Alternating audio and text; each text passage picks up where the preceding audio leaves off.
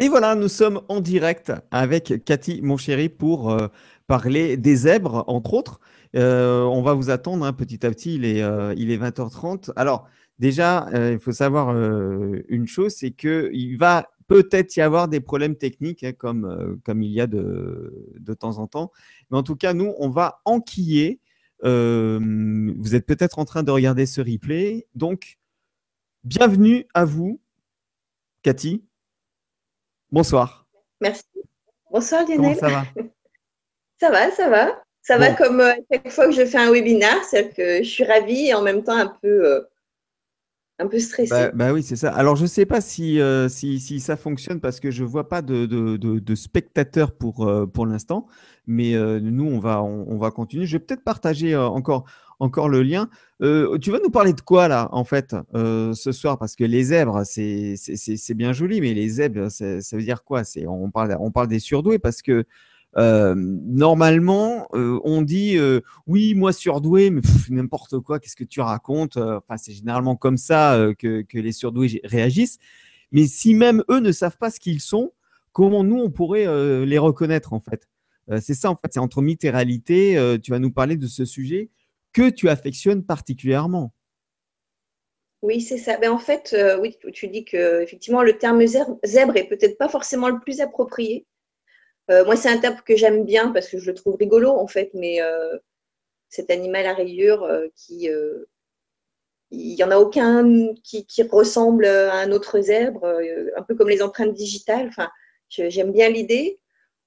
Mais effectivement, je pense que le terme de surdoué, que je n'aime pas, mais correspond mieux, et celui qui correspond encore mieux, à mon avis, ça reste au potentiel, Au potentiel.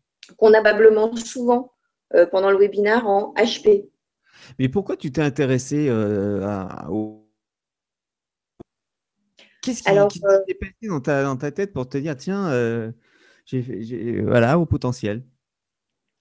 bah, moi, je me suis intéressée au haut potentiel, en fait, pour une raison toute simple, c'est que j'ai passé presque 40 ans de ma vie sans savoir que j'étais au potentiel.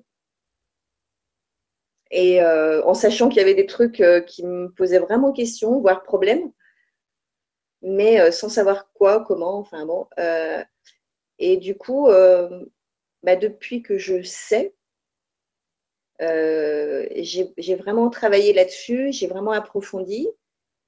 Et je me suis dit bah, que d'abord, je n'étais pas toute seule dans ce cas-là. Enfin, en tout cas, de toute façon, je l'ai découvert à travers les livres, à travers les conférences, enfin, que véritablement, il y avait un nombre assez conséquent en fait, d'adultes à haut potentiel, non seulement diagnostiqué, entre guillemets, mais aussi soit qui l'ignorent, soit qui le nient, ce qui existe aussi, et qui avait donc vraiment de quoi travailler et parler sur ce sujet parce que il faut savoir que haut potentiel, ça peut rimer avec effectivement talent, enfin plein de choses très très positives, mais ça rime aussi avec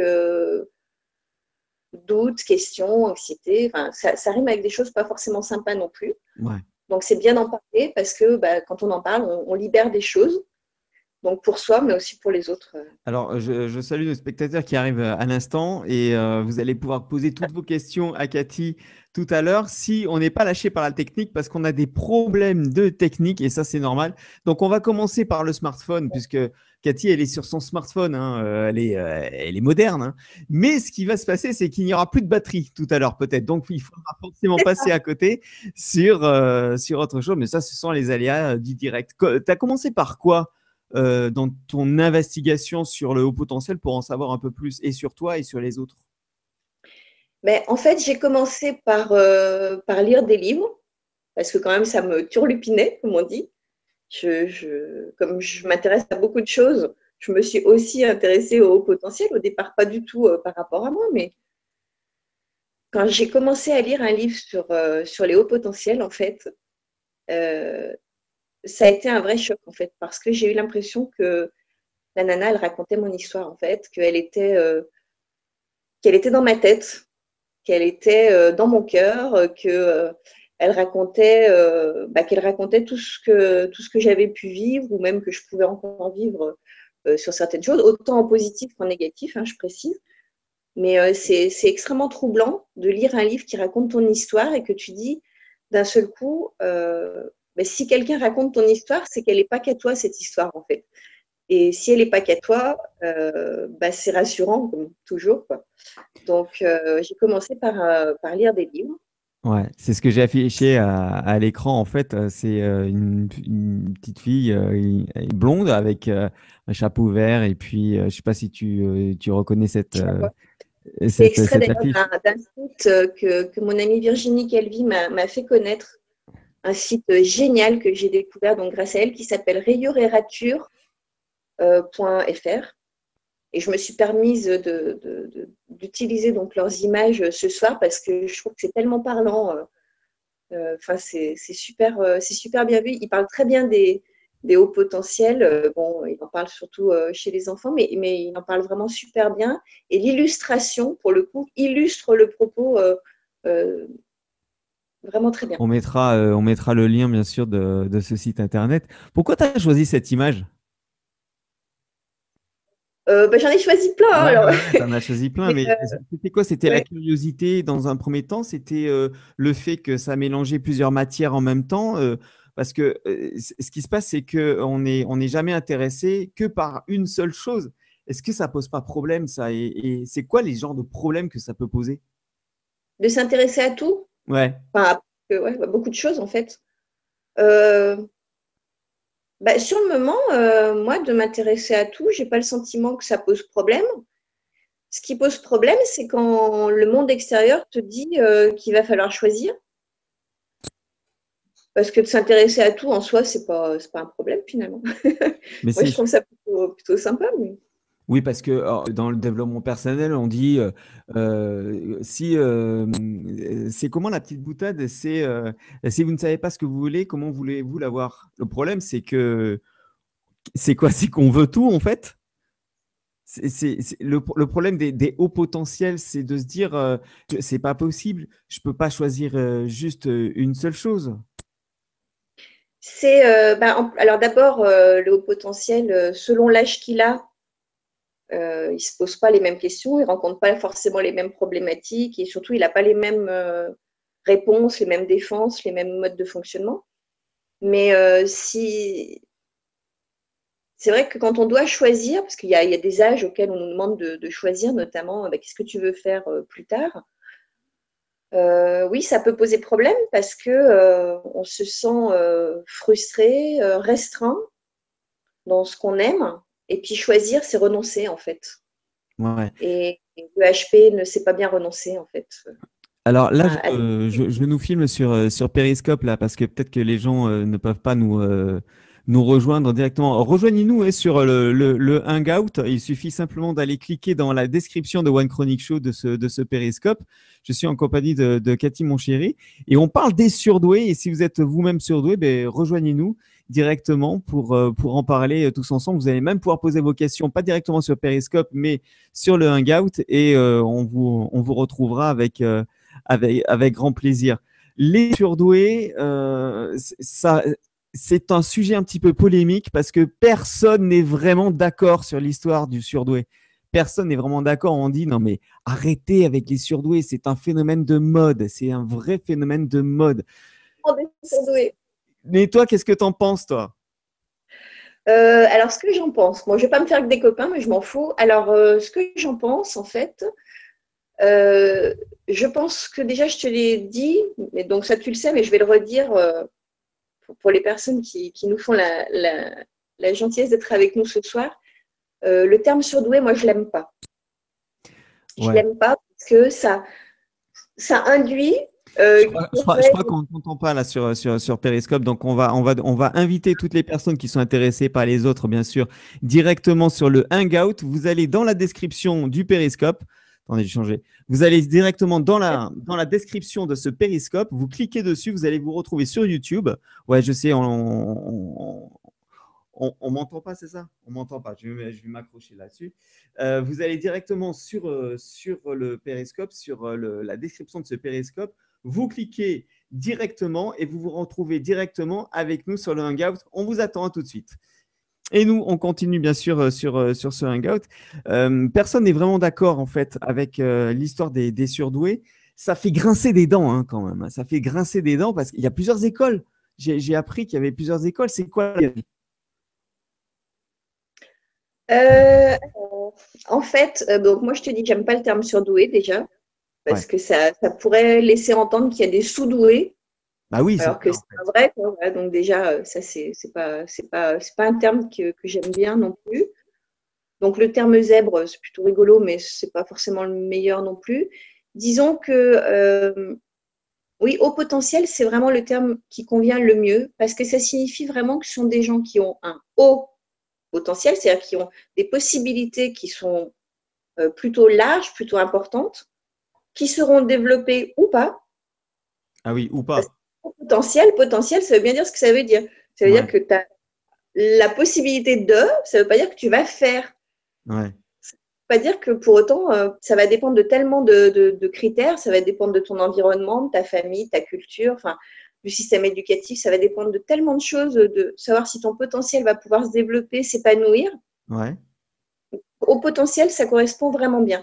Et c'est pour ça que je voulais commencer le webinaire en parlant des mythes, Oui. donc des fausses croyances sur les hauts potentiels, parce que à commencer par ça, quoi. C'est-à-dire que le haut potentiel ou surdoué, bon, c'est pas la super tronche qui comprend tout de suite, etc. Est-ce que tu veux qu'on parte déjà sur les fausses croyances? Ah bah on y va directement oui, sur les fausses croyances, sur les mythes, hein, parce que là, c'est quoi, et c'est quoi les mythes en fait?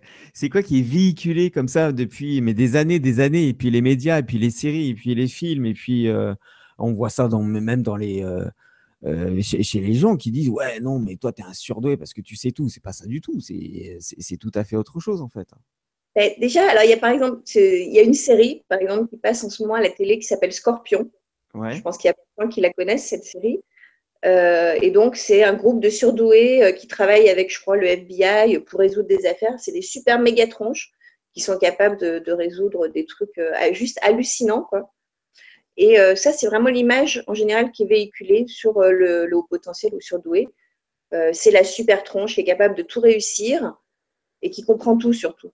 On Ouais. dit, enfin, le terme exact, c'est omniscient. C'est-à-dire qu'il sait tout. Il sait tout, il comprend tout, super.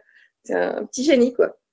Donc, effectivement, il ne faut pas oublier qu'il y a aussi des petits génies parmi les surdoués. Il y en a. Mhm. Ce n'est pas la majorité.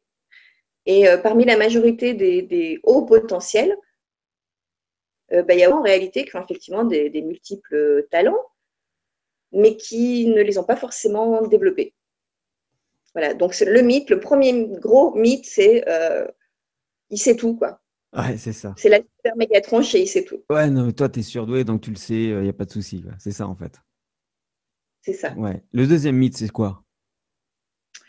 Alors le deuxième, ça va être, moi je l'aime bien celui-là parce que je pense qu'il est important à connaître, surtout pour ceux qui sont HP ou qui ont quelqu'un de HP dans leur entourage, Mhm. c'est que seul le diagnostic, c'est-à-dire le test de QI, peut définir si oui ou non on est HP. Faux, ultra faux. C'est pas vrai du tout. T'es en train.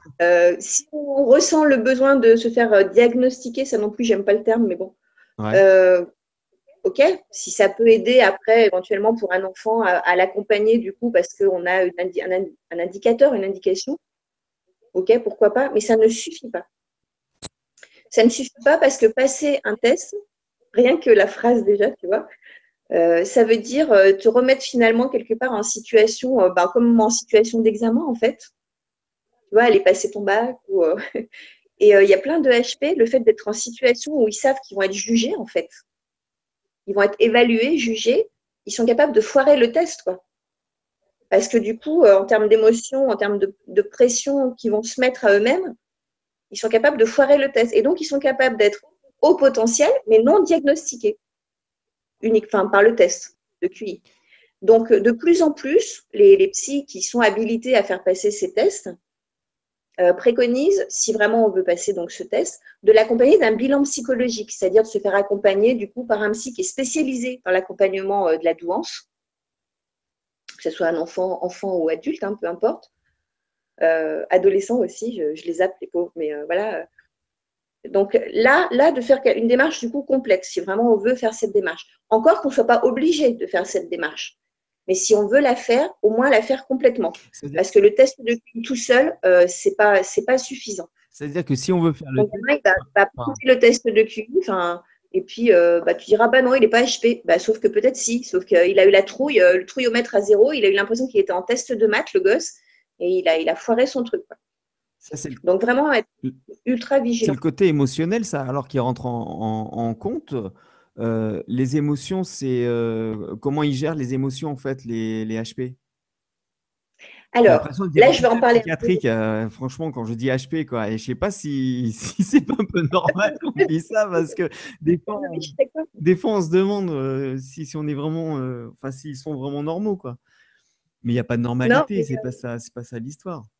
les critères, de toute façon, je vais en parler parce que bah, je vais faire vite fait.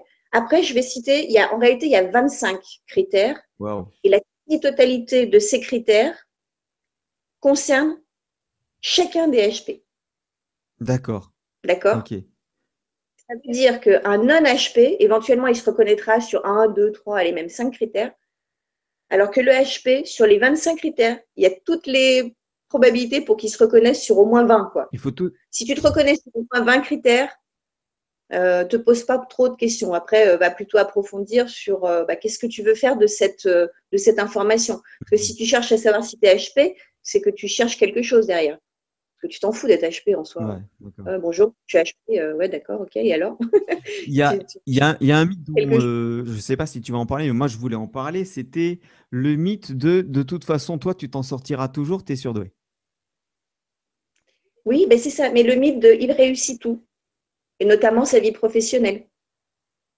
Alors là encore, il y a certains HP, enfin certains hauts potentiels donc, qui vont réussir effectivement leur vie tout court ou leur vie professionnelle. Sauf que dans un grand nombre de HP qui va réussir sa vie professionnelle, notamment à des postes parfois plutôt cadre supérieur, enfin des hauts postes, on va dire, hauts fonctionnaires, etc. On va les retrouver à un moment donné de leur vie, genre vers 40, 50 ans, qui font genre un burn-out ou qui font une dépression et qui se retrouvent en face d'un psy ou en face de en train de dire mais qu'est-ce que je fous là, quoi. Je suis pas heureux en fait, je suis pas à ma place, etc.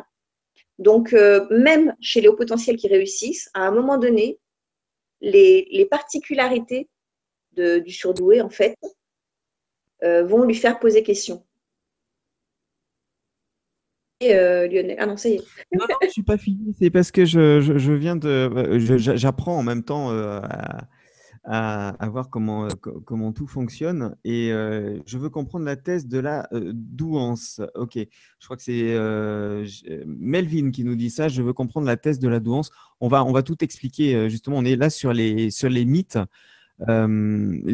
des surdoués. C'est quoi le mythe qui revient aussi souvent? Alors, bah, par exemple, quand on parle d'enfants précoces, Ah, l'enfant précoce. même moi, j'utilise, hein, je fais la faute, parce que précoce, par définition, ça veut dire qu'il y a de l'avance sur les autres. Ouais, Donc, ça pourrait laisser entendre qu'il va finir par être rattrapé ouais. et qu'il se fondra dans la masse, ce qui n'est pas péjoratif du tout hein, quand je dis la masse, mais voilà, qu'il réintégrera une certaine norme, quoi. Et ça, c'est pas vrai. Donc, on utilise le terme d'enfant précoce parce que voilà, ça nous parle à tous, mais c'est pas un terme exact. En réalité, il a l'enfant surdoué ou l'enfant au potentiel, bon, on l'appelle comme on veut, je ne vais pas le dire tout le long du webinaire, euh, il a une forme d'intelligence qui est différente dès le départ. Ouais, Il va avoir une façon de raisonner, une façon d'aborder les choses, la vie, les relations, enfin tout qui est différente.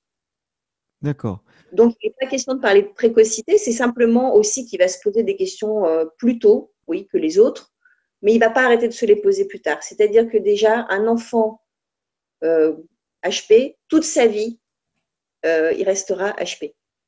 On n'arrête pas d'être surdoué un jour, en fait. Jusqu'à la fin de sa vie, on l'est et on le restera, en fait. D'accord, ok. Là, J'adore ce dessin. tu vois le dessin que j'ai mis, c'est ça en fait. Je suis myope, alors là, je le vois pas super bien sur le smartphone, si tu veux, mais Non, mais c'est surtout que ça fonctionne si je au le niveau technique. Ça me rassure. Cerveau vois. gauche, cerveau droit, c'est un mythe ça ou il y a autre chose à dire là-dessus? Parce que moi, j'ai entendu dire Alors, oui, on est cerveau gauche ou cerveau droit. Et puis les neurosciences oui, disent c'est pas si facile que ça. oui, et puis on est lobotomisé aussi parfois. Non, en fait, tous les humains utilisent à la fois le cerveau gauche et le cerveau droit, qu'on soit au potentiel ou pas. Simplement, il a été constaté, alors par ceux qui s'intéressent aux neurosciences, moi je ne suis pas bonne en neurosciences, mais je connais des gens qui sont doués qui pourraient vous en parler davantage. En fait, on a constaté donc, que le haut potentiel, quel que soit son âge, utilise davantage l'hémisphère droit, le cerveau droit. Ça, c'est un constat qui a été fait. Mais qu'il soit au potentiel ou pas au potentiel, l'individu, l'humain, utilise aussi bien le cerveau gauche que le cerveau droit. Voilà. Alors, il y a Virginie qui nous dit bravo Cathy, les surdoués sont complexes et terriblement charmants. Oui, complexe, je suis d'accord. Charmant, j'en sais rien, mais C'est vrai que complexe. c'est complexe tout ça parce que je voudrais juste rebondir là-dessus sur les cerveaux gauche, cerveau droit. Est-ce qu'il est possible, et dans la question il y a la réponse, quoi, est-ce qu'il est possible d'avoir abandonné pendant quelque temps le cerveau droit pour être dans son cerveau gauche à fond et à un moment donné avoir du mal à revenir sur le cerveau droit? Alors, ce qui peut se passer, c'est pas tellement qu'on abandonne, mais ce qui peut se passer, et là, ça peut se passer aussi bien chez les HP que chez les autres, c'est que certains événements de notre vie vont faire que, par, comment je dirais, pas forcément consciemment, hein, on peut faire ça inconsciemment, le cerveau va décider de nous couper de nos émotions, par exemple, de nous protéger, en fait. Ouais. On a des modes de protection comme ça qui sont plus ou moins conscients ou inconscients. Et chez le HP, du coup, il peut se passer, mais là encore une fois, je ne parle pas du tout de neurosciences ou quoi, j'y connais pas, enfin, j'y connais rien, hein, je veux dire, je connais le minimum médical là-dessus. Non, mais voilà. Mais par contre, ce que je peux dire, c'est que oui, si le HP décide de nier cette douance, ou que simplement il ne la connaît pas, en fait, que bah, il veut continuer il veut vivre comme les autres, il veut être, il veut partager avec les autres, il veut appartenir au groupe, il veut être aimé, en fait, tout simplement. Il est possible qu'en se niant, en niant qui il est et comment il fonctionne, eh ben, qu'il décide de se calquer sur les autres et du coup, qui décide de laisser un peu de côté peut-être sa créativité, de laisser un peu de côté certaines choses en fait qui font qu'effectivement, là pour le coup, c'est le cerveau droit qui turbine, quoi. Et comment on retrouve sa créativité? Alors, comment on retrouve sa créativité? En réalité, c'est comment on arrive à retrouver un peu de bonheur, moi j'ai envie de te dire, parce que je pense que la créativité, elle disparaît jamais vraiment chez le HP, mais de toute façon, ce qui peut vraiment sauver un haut potentiel, de toute façon, clairement, c'est de surtout pas lâcher sa créativité. Parce que quand il reconnaît sa douance, quand il assume en fait hein, ce qu'il est, bah, il assume aussi ce côté ultra créatif, ce côté de partir un peu parfois dans tous les sens, comme on peut dire, d'être dispersé, etc. Je te dis, bon, on reviendra sur les critères. J'ai l'impression de faire le webinaire, mais à la one again, tu vois, je pars, mais pas du tout comme j'avais prévu de le faire. Bon, mais Continue comme tu veux, il n'y a pas de souci. On est là, on discute entre nous, on n'est pas nombreux, exprès justement pour faire en sorte de faire un webinaire intéressant, puis en même temps interactif. Donc, il n'y a pas de souci, t'inquiète pas. non, mais oui, la créativité, c'est primordial. De toute façon, il y a des choses qui sont essentielles pour le haut potentiel. C'est qu'il arrive à donner du sens à ce qu'il fait, à ce qu'il vit, à ce qu'il fait et à ce qu'il vit. S'il arrive à utiliser, à ce que ça lui procure du plaisir, en fait, donc ça peut être de la créativité ou autre chose, mais il faut que donc que ça donne du sens à sa vie, qu'il arrive à donner du sens à ce qu'il fait, il faut qu'il arrive à ce que ça lui donne du plaisir, et si possible, bah, qu'il fasse ça en utilisant ses talents, qui ne sont pas les mêmes chez chacun. S'il arrive à associer ces 3 points, ça fera un HP ultra heureux, ultra épanoui. Et ça, c'est hyper important. Et c'est aussi pour ça que les psys se bagarrent pour que le HP reconnaisse sa douance, accepte qu'il est comme ça. C'est pas honteux, c'est pas une maladie. Parce que tant que tu l'acceptes pas, que tu dis ouais, non mais tout le monde est comme ça, bah, quelque part tu vas renoncer à des parties de toi-même. Et si tu renonces à des parties de toi-même, bah tu renonces à vivre pleinement cette vie qui t'a été offerte et on t'en a offert qu'une. Enfin en tout cas moi de ce que j'en sais. Donc bah, c'est dommage. Sur les mythes, il y a des mythes que le surdoué a sur lui-même. Euh, Bah, déjà, le surdoué, il ne comprend pas ce que c'est être surdoué, en fait, à la base. C'est-à-dire que quand tu dis à un enfant, un adolescent en particulier, mais à certains adultes aussi, qu'il est surdoué ou qu'il y a une probabilité pour qu'il soit surdoué, il va immédiatement être en mode de défense et en disant non, mais tout le monde est comme ça, en fait. Mhm. Tout le monde se pose mille questions, tout le monde trouve que le monde il est pourri, tout le monde trouve que ceci et tout le monde se demande qu'est-ce que c'est après la mort et pourquoi je suis là. Et oui, plus ou moins. Plus ou moins. Mais après, il y a des particularités, et ça, c'est important. Donc, du coup, je crois que je vais laisser tomber le truc que je voulais te le mettre dans l'ordre parce que faut que je réponde à ta Non, question. Et mais si je décide de répondre à ta question en me de disant toute oui, mais ça, je façon, vais le dire tout à l'heure, eh ben, je ne vais pas te le dire. non, mais de toute façon, on parle de surdoué, on parle Donc, de HP et on voit que c'est un petit peu brouillon à l'intérieur. Et c'est difficile de faire un webinaire sur les surdoués, justement. On est soi-même regarde, dans. Oui, vas-y. je vais mourir. Non, mais quand on est soi-même dans tout ça, on se dit, mais comment est-ce que je vais en parler? On est déjà dans le sujet, rien que de se dire, Ah, mais mais on c'est est pas déjà dans du le tout ce que sujet, j'avais dit, tout prévu, qu'on est déjà dans le sujet quelque part. c'est vrai, c'est Bon, vrai. vas-y, continue. Et voilà, bien souvent, donc le surdoué, de toute façon, nie cette douance parce qu'il considère que, bah non, il pense en réalité que tout le monde est comme ça, que tout le monde fonctionne comme ça. Et il a beau, parce que c'est ça aussi l'ambivalence, c'est que d'un côté, il pense que mais non, tout le monde est comme ça, et d'un autre côté, il voit bien qu'il est différent. Il le voit dans les réactions, il le voit dans certains fonctionnements, il le voit dans certaines émotions, il le voit alors là encore plus dans sa relation à l'autre, parce qu'en termes de relationnel, c'est pas là où il est le plus surdoué quand même. Donc voilà, bon. Cela dit, il y en a plein qui y travaillent et c'est parfait. Du coup, après, ils arrivent à entrer en relation et que ça se passe de façon harmonieuse. Hein. Je ne suis pas en train de dire que c'est des handicapés de la relation non plus, mais en tout cas, oui, ils ne partent pas avec le meilleur de ce côté-là. Donc, ils ont beau vouloir dire oh non, mais on est tous pareils, de toute façon, c'est des conneries, la douance, tout le monde est pareil.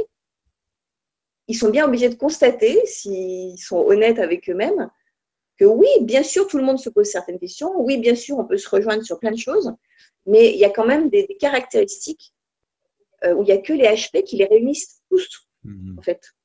Caractéristiques, toutes. Oui. J'ai trop chaud. Là, je suis en ville, en fait, parce que j'habite à la campagne et j'ai un réseau absolument abominable. Donc, je suis venue en ville pour faire mon Écoute, pour webinaire. l'instant, je pense qu'on t'entend bien puisqu'il y a des réactions. Donc, on bien, mais il fait 55 degrés. Voilà, il y a Virginie qui dit je valide, c'est parfait, Cathy. Et ils sont très intéressés par les critères, hein, justement.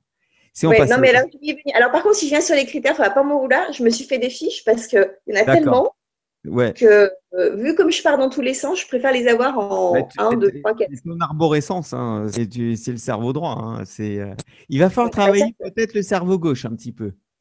C'est peut-être ça, en fait. c'est peut-être ça. C'est ça, en fait. Vas-y, les critères, ils sont intéressés Alors, par alors les critères. d'accord, on part sur les critères. Donc, alors, je répète que la quasi-totalité des critères Alors, que je vais écoutez bien, donner, prenez un papier et un crayon, notez. Si jamais vous avez les 26, il y a combien, 20? en fait, j'en ai mis 23. Parce qu'au départ, D'accord. j'étais partie avec l'intention de réduire au maximum Ouais. et je ne peux pas faire en vrai. Donc, de 25, je suis passée à 23, mais en fait, pour dire toute la vérité, les deux derniers, je les ai inclus dans le truc, Bon, donc, si ailleurs. si vous avez déjà Donc, là, une vingtaine déjà de critères, c'est déjà bien. c'est ça. Mais donc, en Allez. fait, ce qu'on peut faire, et ça m'a été conseillé par quelqu'un que j'aime beaucoup, qui m'accompagne et qui m'aide aussi dans ma croissance personnelle, qui est un super coach qui s'appelle Guillaume Andreu. et qui m'a donné cette idée. Donc, je rends à César ce qui appartient à César. Donc, il m'a conseillé de, voilà, je vais vous énoncer les critères.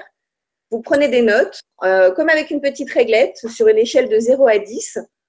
Quand j'énonce un critère, moi, je me situerais plutôt à 0, 5, 10, ou je m'en fous, je sais que je suis déjà HP. Enfin, vous faites comme ce que vous voulez, en fait. Mais vous pouvez utiliser cette méthode-là, fin de l'énoncé des 23 critères. Peut-être que vous aurez une vision plus claire de soit qui vous êtes, soit sur un proche aussi. Ouais. Et pour rassurer toutes les personnes qui nous écoutent aussi, parce que moi, je me dirais, ouais, mais je sais pas, moi, si c'est 3 ou 4, si c'est 6 ou 7. En gros, c'est pas du tout, un petit peu, Ouais, énormément. En gros, on peut faire. oui. je- je- voilà. Oui, mais c'est vrai que c'est pas facile. Et puis après, Autant pour la douleur, tu sais tout de mais suite à ouais. l'hôpital. On sait à peu près quand on a mal, mais quand on a ouais, un petit peu, pas trop, c'est entre 4 et 5, je sais pas. Voilà, donc vous inquiétez pas. Non, non. Alors bon, premier critère. Alors déjà, on peut dire une chose. Alors là, ça va réunir absolument l'ensemble des HP. On peut considérer que tous les hauts potentiels riment avec excès, D'accord. avec trop ou pas assez. C'est-à-dire qu'en général, quand le monde extérieur va parler, ou l'entourage, parce que c'est quand même souvent plutôt l'entourage dont on a écho, va parler du haut potentiel, qu'il soit enfant ou adulte, etc. On va dire il est trop ceci, il est trop cela, il n'est pas assez ci, il n'est pas assez là. Ou on va le trouver excessif dans certains comportements, certaines réactions, etc. Ça, c'est caractéristique vraiment du HP. Quand on est- Je ne suis pas en train de dire qu'on est tous des caractériels, hein, mais trop quelque chose. Trop émotif, trop coléreux, Donc, quand on dit, trop excuse-moi, exigeant. mais franchement, tu es trop, n'importe quel J'ai adjectif. cru que tu allais me dire un truc. Qu'est-ce que tu vas me dire? Je suis trop quoi? Non, mais quand on te dit, mais franchement, tu es trop, et n'importe quel adjectif qui va suivre, ça peut déjà caractériser on est peut-être dans la douance, le fait de se dire, Ouais, ça dépend. Si tu te dis Lionel, t'es trop beau, c'est pas méchant, non, non, tu vois. non, mais Mais bon, non, mais trop trop, non, émotif, mais bon, trop émotif, trop impatient, t'es trop colérique, t'es trop. Tout ça, c'est vraiment. C'est un des premiers critères. trop, oui, trop, c'est un des premiers critères. Alors après, en général, le premier vraiment, c'est trop exigeant. D'accord, trop. Ah là là. Trop exigeant avec lui-même déjà pour commencer. C'est-à-dire qu'en réalité, le haut potentiel, il n'a pas vraiment besoin d'avoir des ennemis parce que à lui tout seul, il est déjà. Alors là, il est surdoué en fait. Pour le coup, j'aime bien le mot. Le haut potentiel n'a pas besoin d'ennemis. Il est capable de se traiter de tous les noms et de se s'aborder, l'autocritique en fait chez le HP est très développée. Alors après, plus ou moins en grandissant aussi, plus ou moins en plus si tu en as connaissance et que tu travailles là-dessus et que tu acceptes finalement. Quand tu fais un travail sur toi, tu sais comment ça fonctionne. Je veux dire, tu es capable de te pardonner certaines choses, d'accepter certaines choses et du coup de progresser. Hein. On est bien d'accord. Je ne suis pas en train de dire que le HP, c'est un nid à problème et que c'est ça de petit à grand. Hein. C'est le petit Mais hamster qui voilà. tourne dans sa cage, quoi. Qui arrête pas de tourner pour dire je suis nul. Alors oui, le hamster, il tourne aussi. Ouais, mais oui, oui, oui. De toute façon, il est trop exigeant, trop autocritique. Euh, le problème, c'est que certains de ces critères vont engendrer des conséquences qui sont négatives parce que quand tu es trop exigeant avec toi-même, tu risques de ne pas vouloir faire les choses. Parce que si tu les fais, tu prends le risque que tu ne sois pas satisfait en fait de ce que tu vas faire, de ce que tu vas produire. Mhm. Tu prends le risque, prendre le risque déjà. Ça, c'est pas top, quoi. Parce qu'on arrive justement au deuxième critère. On va essayer d'aller un peu plus vite. Il y en a quand même 23 si on veut Ouais. après développer. Deuxième critère, c'est trop perfectionniste. Ah là là.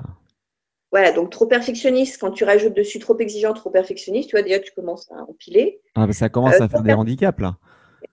trop perfectionniste, ça va être un gamin qui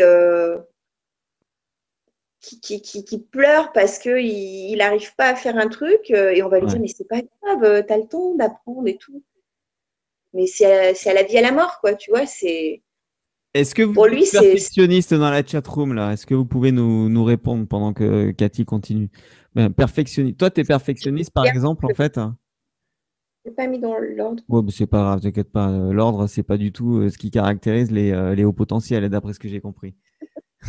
C'est le petit hamster qui tourne sans arrêt dans sa cage. Encore un critère à part le perfectionnisme. Alors, on a aussi commençant trop de choses à la fois et ne finissant jamais rien. Alors, attention, petit bémol, parce que sinon on va dire, ah oui, ce sont tous des branleurs. Non, non, c'est pas ça. Ça veut juste dire qu'effectivement, donc là, on rejoint cette fameuse pensée arborescente. C'est qu'il faut savoir qu'en fait, la pensée de la norme, voilà, la norme, pour la différencier du surdoué ou du haut potentiel, la pensée de la norme, c'est une pensée séquentielle. Pensée séquentielle, ça veut dire quoi? Ça veut dire que je vais penser, par exemple, autour d'une table, on est sur résoudre un problème. Ben, je vais penser première étape. Ok, je pose, machin. Deuxième étape, Mhm. je pose, machin. Ça, c'est la pensée séquentielle. Et c'est la pensée de la norme.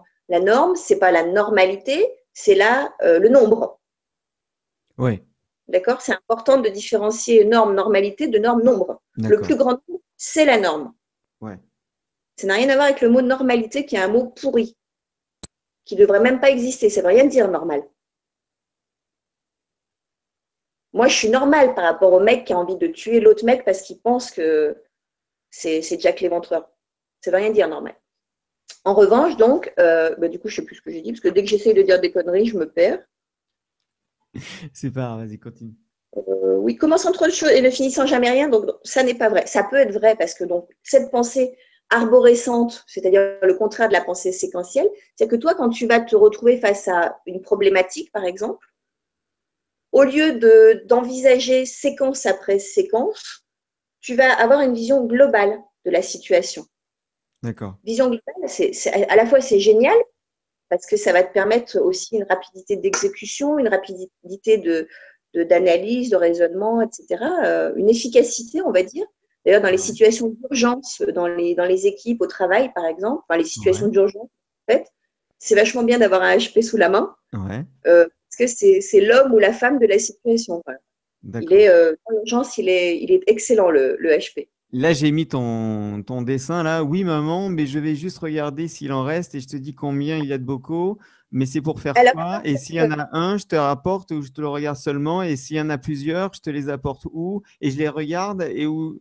C'est ça en fait la pensée en en fait, ordonnance. ça, c'est l'image d'avant sur le supercinérature.fr.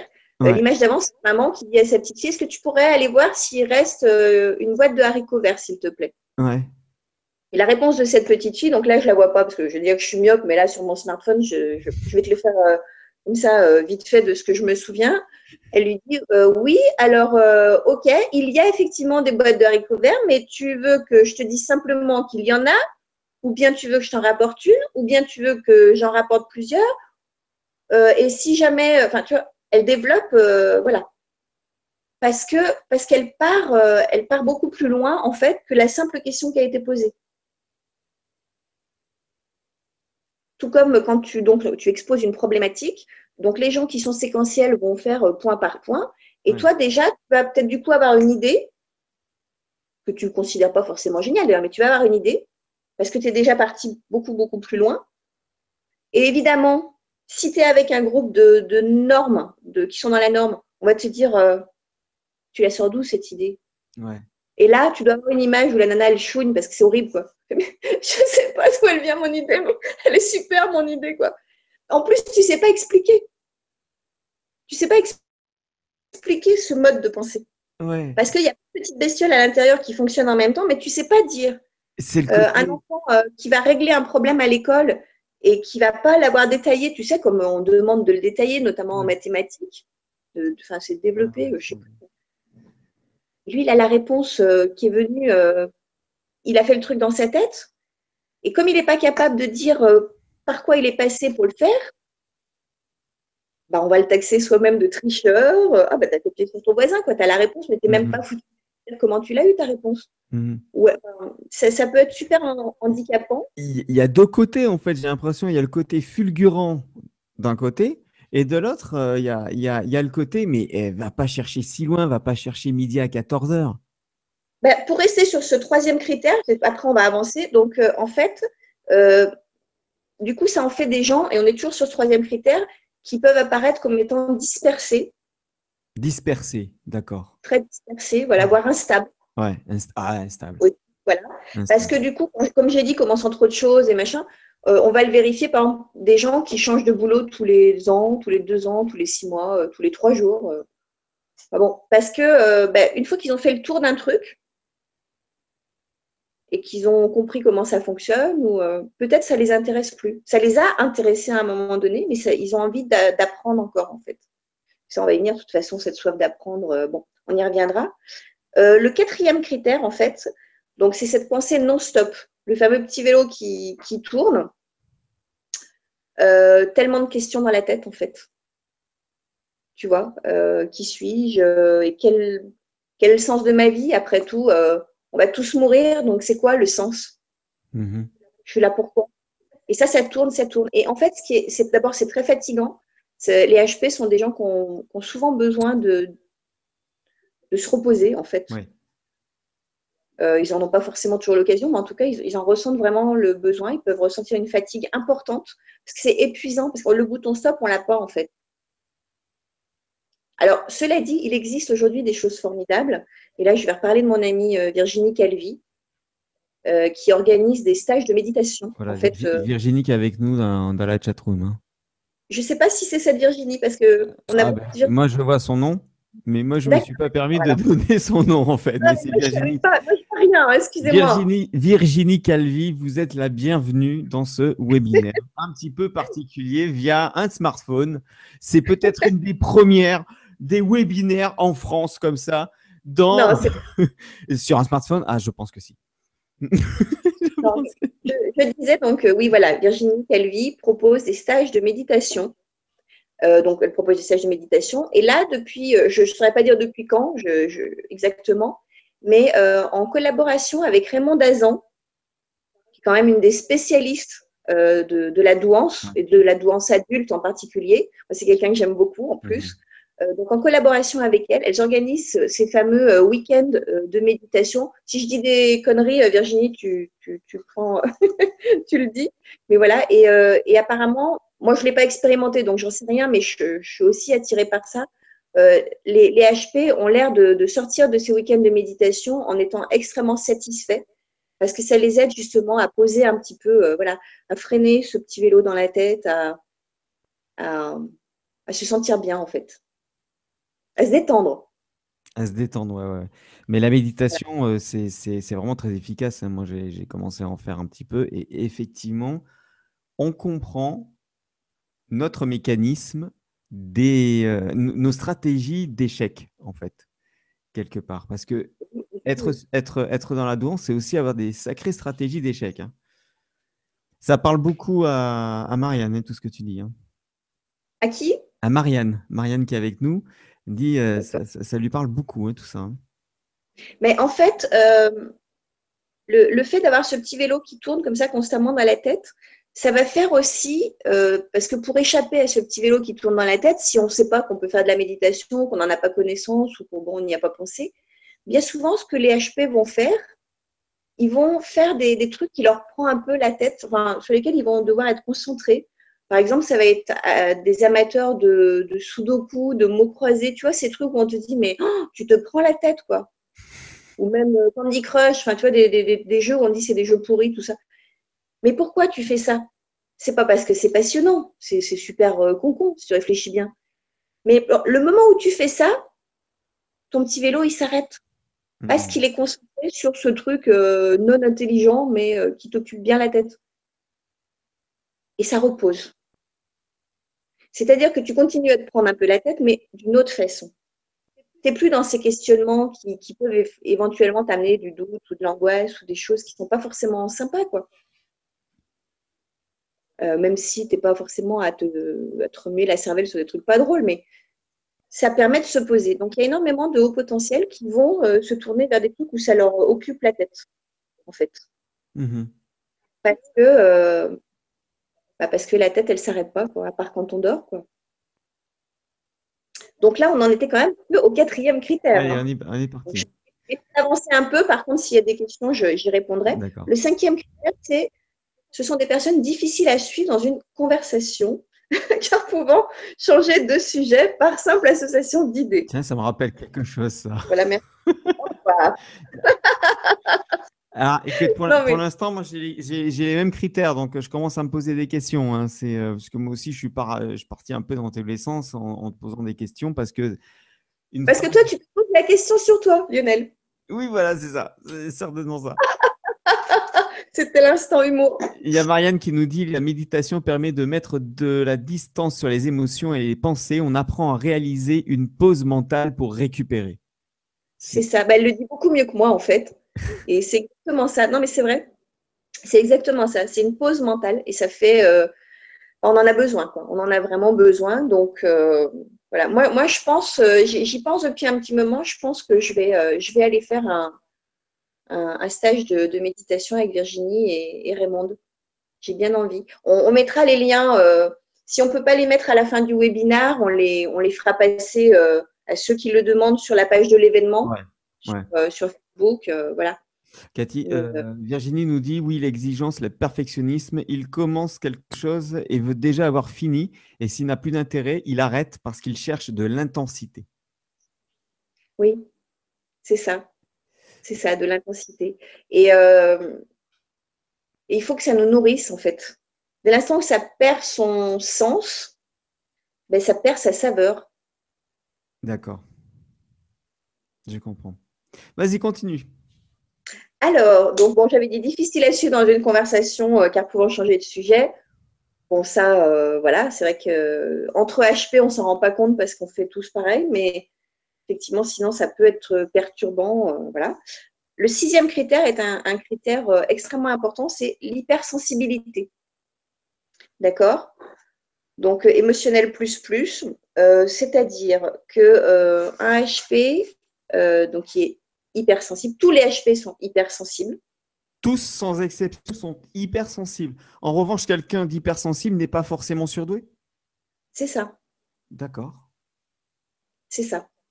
Alors, il faut savoir une chose, et j'en parlais justement à midi, mais bon, en fait, ce qui va vraiment être un critère, enfin en tout cas qui a l'air d'être un critère assez déterminant, c'est qu'on parle là d'hypersensibilité, mais on parle aussi d'hyperexcitabilité.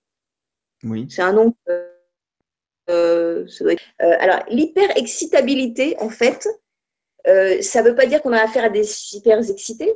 Ça veut dire qu'en fait, les cinq sens sont extrêmement sensibles. On est sensible au niveau des cinq sens. C'est-à-dire qu'on va être, par exemple, sensible à certaines lumières, à certains sons, à certaines odeurs. On va se retrouver dans une pièce avec une personne en trouvant qu'il y a un truc qui nous gêne, soit en termes d'odeur ou de lumière ou de son, même au toucher, les étiquettes dans les vêtements, les trucs. Bon. Et les autres, ils ne comprennent pas forcément. Ah Ou oui, ils c'est n'ont pas il y a un ressenti truc ça. Ben, là, c'est. Mais c'est rien, c'est une étiquette, arrête. Ça, Ou devant un film, tu es ça, on devant l'a un entendu, film hein. avec d'autres gens. Tu es devant un film avec d'autres gens et eux, le son, ça ne les gêne pas plus que ça. Et toi, tu as envie de te cacher. Tu vois, ça. Donc, cette hypersensibilité, cette hyper-excitabilité, en fait, tout le monde a plus ou moins développé une hyper-excitabilité d'un des cinq sens. En revanche, ceux qui ont développé l'hyper-excitabilité des cinq sens, ce sont les HP. Les cinq. Alors, si on en a que quatre, vraiment bien développés, c'est pas pareil. J'en sais. Non, mais là, j'en sais rien du coup, tu vois. Après c'est pour ça aussi, tout à l'heure, tu vois, on parlait de bilan psy. C'est-à-dire qu'à un moment donné, il y a une lecture quand même globale à faire aussi. Là, tu vois, on avance parce que si vraiment on a un doute, quand on aura lu tous les critères, je pense que le doute, il sera un petit peu levé de toute façon pour tout le monde. Après, dans le détail, moi, j'en sais rien en fait. C'est parce que la lecture, tu l'as fait sur toi ou tu l'as fait sur ton enfant ou tu l'as fait. Et du coup, la lecture, elle est plus simple aussi. Et là, de la faire comme ça, je ne sais pas. D'accord. Bon. Franchement, je ne sais Non, pas. non, mais Là, donc, on parlait d'hyperexcitabilité en disant donc, que quand les cinq sens vraiment sont en hyperexcitabilité, là, c'est un HP. D'accord. Après, on parlait donc d'hypersensibilité, donc c'est inclus dans le 6e critère, hein, les deux, parce qu'on parle des sens, en fait. Mais l'hypersensibilité, ça va être que le HP, quand il est heureux, il est très heureux. Quand il est triste, il est très triste. Quand il est amoureux, il est très amoureux. Mais est-ce qu'on Enfin n'est bon. pas un petit peu dans ce qu'on a qualifié de bipolaire, justement? Non, alors ça, c'est une connerie. Alors, la batterie faible, 15%. Ah, Je pense qu'on va bien. vas-y, continue. Allez, sur On l'ordinateur. continuera sur ton ordinateur et moi, je meublerai et je prendrai quelques questions. Bon, d'accord. Voilà, 15%, c'est horrible. J'ai jamais eu ça. Bon, non, l'hypersensibilité, en fait, alors bon, là, on le prend un petit peu à la légère parce qu'on n'est pas là pour chouigner tous ensemble, si tu veux. Mais l'hypersensibilité, ça reste un problème majeur quand même chez le haut potentiel, qu'il soit enfant ou adulte.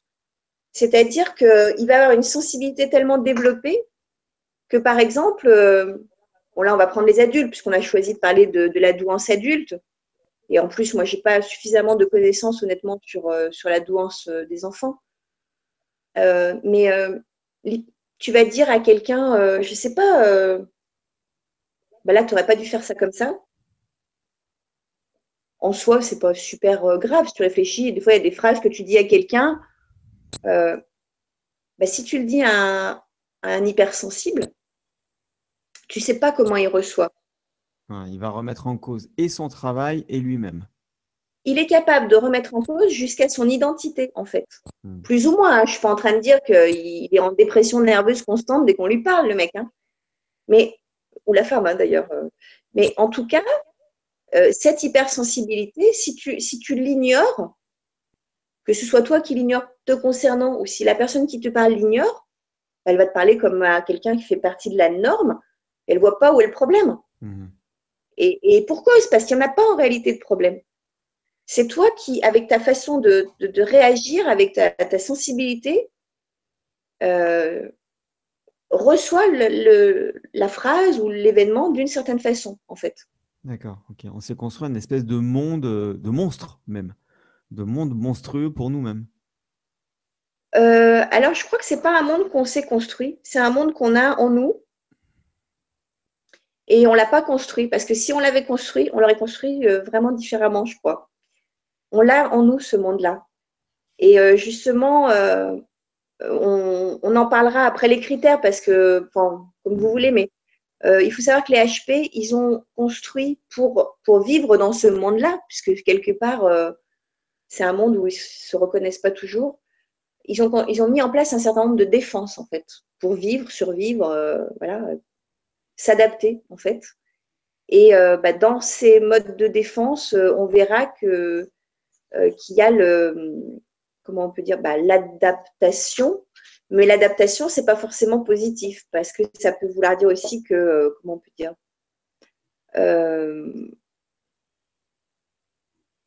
comment je pourrais dire ça pour être très précis? C'est-à-dire qu'il va se nier, quoi. Il va se fondre dans la masse avec les autres et il ne Ouais, va pas pouvoir résoudre ses problématiques, en fait. oui, il va se renier, c'est ça. C'est bien ce que Il tu va dis. se renier. C'est bien ce que Voilà. tu dis. Continue sur les critères. Allez, on est parti. Bien sûr. 21h23. Oui, alors c'était l'hypersensibilité. Alors le 7, hein. Donc on dit que plus que d'autres, ce sont des personnes qui sont énergiques et infatigables, pour peu que ça les intéresse. C'est ça. C'est ça. C'est important de Toujours la préciser. notion de passion derrière chaque activité. C'est-à-dire que tu peux avoir un HP qui te donne l'impression, je dis c'est pas possible, je lui ai demandé de faire une action simple, il n'a pas bougé. Ça fait juste 10 ans que je lui demande de le faire. Oui, mais si ça ne l'intéresse pas, tu risques d'attendre encore 10 ans. C'est caricatural. C'est Là, on est un peu là aussi pour voilà, quand même dédramatiser aussi tout ça. c'est peut-être pas Mais le fait qu'il veuille pas, mais qu'il comprend peut-être pas. Il est déjà en train de se poser 1000 questions pour se dire, ouais, ah non, mais… mais alors pour certains trucs, c'est juste que ça ne l'intéresse pas du Ah tout en bon, fait. d'accord. Il ne Pardon. pose pas de questions, non, ça ne m'intéresse pas en fait. Après, parfois, il s'interroge. Alors là, pour le coup, beaucoup les enfants, Ouais. tu vas dire à un enfant, s'il te plaît, j'aimerais que tu ranges bah, sur rayures et ratures, ils ont une image qui est super là-dessus. Elle lui dit je voudrais que tu ranges tes chaussures. Ouais. Et la gamine, elle dit mais pourquoi? Et sa mère, elle lui dit parce que c'est comme ça. Ouais. Je cherche la. Voilà, voilà, c'est ça. Je cherche la. Vas-y, vas-y, continue. Moi, je Et à la la réponse, technique. parce que c'est comme ça, Voilà. l'enfant HP, eh ben, elle s'en va et elle laisse les chaussures comme C'est ça. Parce que c'est pas une réponse qui convient, parce que ça n'a aucun sens de ranger les chaussures uniquement parce que ça doit être comme ça. c'est cette En image-là, en fait. revanche, il y avait une autre image que j'ai pas mis parce que bon, après, on fait une BD, quoi. Euh, vous irez sur le site rayurerature.fr qui est vraiment génial. Après, il y avait une autre image qui disait, donc la même chose, j'aimerais que tu ranges les chaussures. Ouais. Mais là, la maman lui disait, parce que quelqu'un pourrait buter dedans et se faire mal. Là, l'enfant entend, OK, là, le sens de cette action qu'on me demande de faire, c'est qu'effectivement, je peux mettre quelqu'un en porte-à-faux qui va se blesser. Donc oui, là, je comprends le sens du fait d'aller ranger mes chaussures. Donc, ça ne me plaisait pas, mais comme il y a du sens, je vais le faire. D'accord. Ok. Et ça, c'est important. Ça, c'est important. Et donc, on en revient donc à l'énergie qui est infatigable pour peu que ça les intéresse. C'est-à-dire que là, du coup, à contrario, si c'est quelque chose qui les intéresse, ils sont capables d'épuiser les autres. C'est-à-dire que pour le coup, là, ils tiennent la distance. Ils sont capables de bosser jour et nuit sur un truc qui les passionne, en fait, d'être à fond dedans. Mais je dis bosser, ou ça peut être une activité sportive ou autre chose. Enfin, ils sont à fond, quoi, de toute façon. De toute façon, ils Alors, sont pros ou pas assez. Donc, bien sûr, voilà, ils sont. La demi-mesure est quelque chose d'extrêmement compliqué pour le HP. je comprends. Prochain critère. Ça occasionne d'ailleurs certains quiproquos. Moi, ça, on y reviendra. On peut modérer. Alors, prochain critère. Alors, en fait, donc là, j'en avais parlé tout à l'heure, c'est-à-dire qu'ils ont une qualité de production, en fait, extrêmement performante, au-dessus du lot. Et donc là, j'ai marqué qu'ils sont d'ailleurs les alliés parfaits en situation d'urgence, parce qu'ils ont une hyper adaptabilité. Ils réfléchissent très, très Alors vite là, et c'est le ils voient très côté, vite, très très loin, ce qui fait qu'ils ont pensé pratiquement à tout, quoi. C'est ça. c'est ça. Alors là, dans le cas précis tel que le critère, on le définit, c'est une super méga qualité. Mais on y reviendra, cette hyper adaptabilité, ils l'ont développée parce que justement, ils se sentaient différents, extraterrestres, tout ce qu'on veut. Et c'est de l'hyper-adaptabilité. Ça veut bien dire ce que ça veut dire. On n'est pas dans quelque chose, on est dans du surjeu. D'accord. Ok. Et surjeu peut vouloir dire souffrance, en fait. Mais ça, on y reviendra. Je passe rapide sur donc, le 9e critère. Donc, une capacité à apprendre très vite, esprit vif, qui fait des liens entre ses différents talents. Il anticipe, il a un ou deux coups d'avance, compréhension, vision, projet, etc. Donc, une capacité à apprendre très vif et faire des liens entre ces différents talents, ça rejoint effectivement ce qu'on disait tout à l'heure sur la pensée arborescente. Ouais. Ouais. D'accord. Ça, c'est. Et faire le lien entre ces différents talents, ça veut dire aussi que, par exemple, tu vas avoir été, quand tu étais jeune, je sais pas, tu as fait, je ne suis pas en train de dire que tu es vieux, hein, je peux un exemple. Tu vas avoir, je sais pas, fait de la compta en boulot d'été ou fait, je sais pas quoi. Et tu es sur une problématique qui n'a rien à voir avec tous ces métiers-là que tu as fait quand tu étais plus jeune. Tu vas ressortir des apprentissages que tu as eus de ces métiers-là pour trouver une idée originale, pour trouver un truc, tu vois. Et c'est ça, en fait, d'arriver à faire le lien entre des trucs où les autres ne le feraient pas forcément. Je ne dis pas que les autres sont nuls, stupides et ne peuvent pas le faire.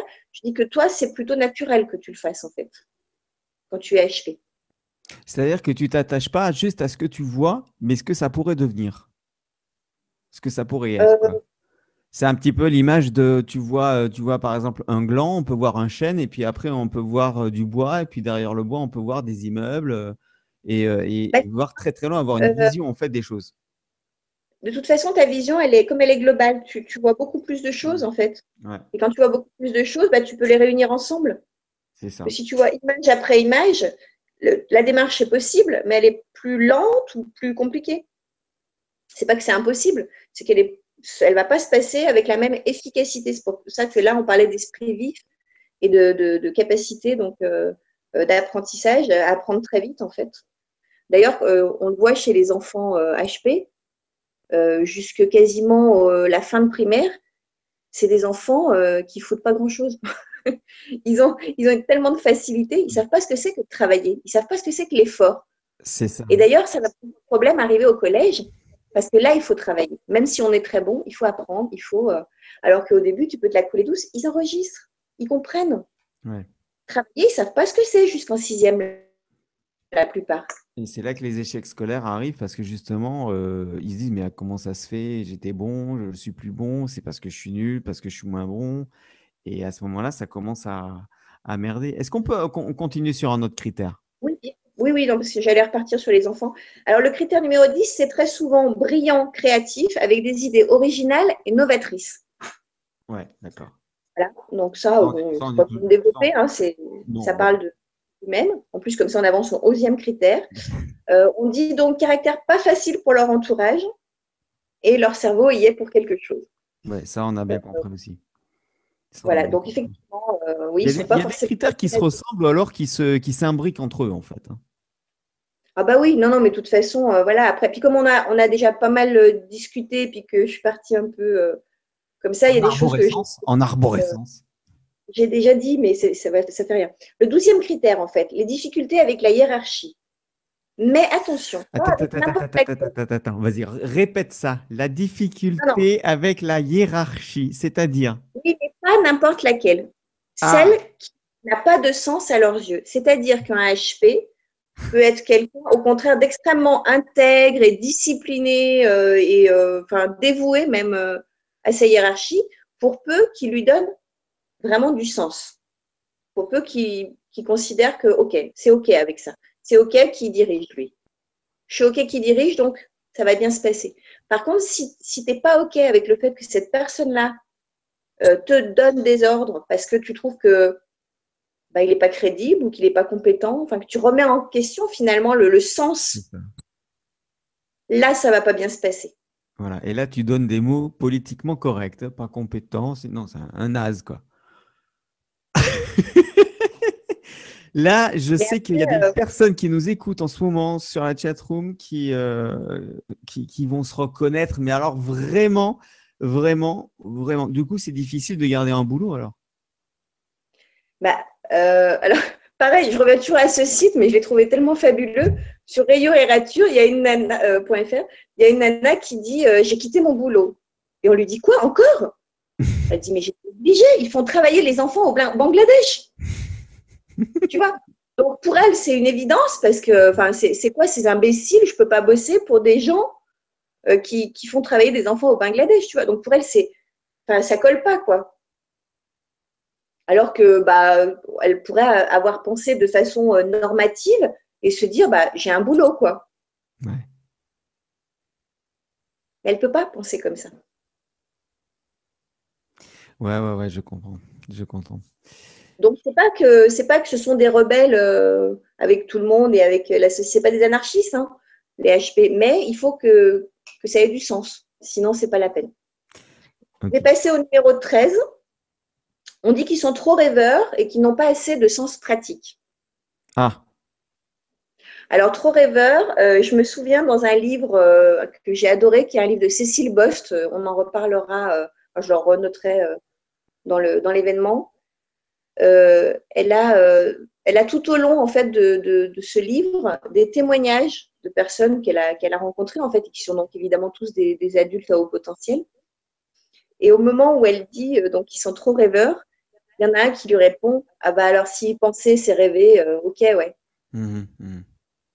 tu vois. Et je trouve que c'est une belle réponse parce qu'effectivement, le monde extérieur peut les considérer comme étant trop rêveurs. D'abord parce qu'ils ont une part d'idéalisme, enfin, ils ont un idéal extrêmement élevé en fait. Donc forcément, ils peuvent passer pour des rêveurs. Mais c'est surtout que voilà, ils pensent beaucoup, ils ont un système de valeurs qui est élevé aussi. Voilà, ils ont des valeurs très fortes en fait. Mhm.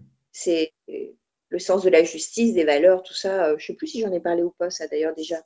Mais enfin, ça en fait partie. Ouais, c'est bizarre ça que je ne l'ai pas mis. Attends voir. Oui, ça fait vraiment partie de ça, quoi. Le HP a un sens de valeur extrêmement élevé. et un sens de la justice extrêmement élevé. Donc, le fait qu'il soit rêveur, qu'il soit idéaliste, ça colle un peu avec tout ça. Pas assez de sens pratique, c'est-à-dire qu'effectivement, on va le trouver doué sur certains trucs peut-être un peu plus complexes. Pour autant, il ne va pas savoir faire des trucs beaucoup plus simples. Ce qui est complexe, en fait, c'est qu'il y a une vingtaine de critères, donc on va aller rapidement pour prendre une ou deux questions après. Mais ce qui se Oui, passe, oui. c'est que les critères, en fait, ce que je vois, c'est qu'il y a des gros critères et, et en fait, il va y avoir des espèces de corollaires à ces critères qui fait que ça ne va que les accentuer quelque part. Mais ce que je vois, c'est que c'est ce côté global, ce côté arborescence. Donc, arborescence dans la pensée, arborescence dans les émotions, arborescence dans la façon de recevoir les choses, arborescence dans les idées, tout le temps, tout le temps, tout le temps, tout le temps, tout le temps, tout le temps. Rien n'est simple. Il va être en recherche de simplicité quand même, hein, parce qu'il Oui, en a besoin. parce que Voilà. justement, et rien n'est simple, c'est ça en fait. Dans tes critères, qu'est-ce que tu as encore à Alors, nous on a donner? que leur pensée étant complexe, on leur reproche de se prendre la tête, de se faire des nœuds au cerveau. C'est ça. Rien n'est simple. Voilà, rien que ça. Après, je passe à autre chose parce que voilà, c'est clair. C'est donc quand même le 15e critère. On dit qu'ils ont un sens de l'humour évident, mais assez particulier, c'est-à-dire qu'on ne les comprend pas toujours. Oui, c'est avant-gardiste comme, comme blague et parfois, hein. C'est, Et je ne sais pas. on les Moi, par comprend exemple, deux mes ou enfants trois. me disent que je fais des blagues pourries, donc je ne sais pas comment le prendre. Mais bon, depuis que je sais que c'est un critère HP, je le prends en mieux, en fait. Je dis bon, c'est normal. C'est normal, je suis HP, je Non, fais mais des blagues. c'est un humour très deuxième degré. Moi, j'ai remarqué que les gens qui ne sont pas forcément dans la douance, C'est aussi un humour vraiment pourri, hein. ou dans les critères dont tu as parlé, ils comprennent pas trop l'humour des Monty Python, l'humour de Zucker, Abraham Zucker, tout cet humour un petit peu décalé. Ils ont un petit peu du mal avec ça. Ils disent, pourquoi tu rigoles, c'est naze. Mais non, mais regarde, si c'est bien. Mais non, mais alors, regarde, il était sur un chalutier, et il ouvre une porte, il se trouve dans un appartement où. Je dis, ben, c'est ça qui est drôle, parce que ça n'a aucune logique. Bah ouais, il n'y a aucune logique, donc c'est nul. Je suis à 5%. Est-ce que tu Ah, veux que je bascule Ah bah là, en fait, je te vois en sombre, comme sur un d'accord. négatif, Oui, quasiment. tu vas bousculer. Pendant ce temps, je vais essayer de meubler un petit peu. Si vous nous rejoignez, donc, vous êtes en direct sur le Hangout. Euh, Je bascule oui, il faut que tu partes là. d'abord le smartphone, Lionel, avant de D'ac- basculer. D'accord, ok. Ouais. À tout de suite. Ok, à tout de suite. Donc, si vous nous rejoignez, si vous êtes encore avec nous, vous êtes en train d'écouter ce Hangout. On parle des surdoués, on parle des critères des surdoués, on parle aussi de la difficulté d'être surdoué et puis surtout des solutions qu'on peut apporter à la douance. Moi, quand j'ai découvert le monde des surdoués, c'est grâce à ce livre en fait qui s'appelle Moi surdoué de Hervé Manien. C'est un livre que j'ai vraiment dévoré. Pour vous dire, je l'ai dévoré sur la plage, hein. Donc, ça veut dire que ça se lit assez facilement, assez rapidement. Et Cathy est avec nous. Moi, je Je parlais me de suis Moi trompée. surdoué. En fait, Moi surdoué, le livre de Hervé Manien que j'ai trouvé vraiment excellent. Quand on se pose des questions, quand on dit, mais toi, tu dois être surdoué. Et en fait, on se dit, bon, non, moi, je ne crois pas que je le sois.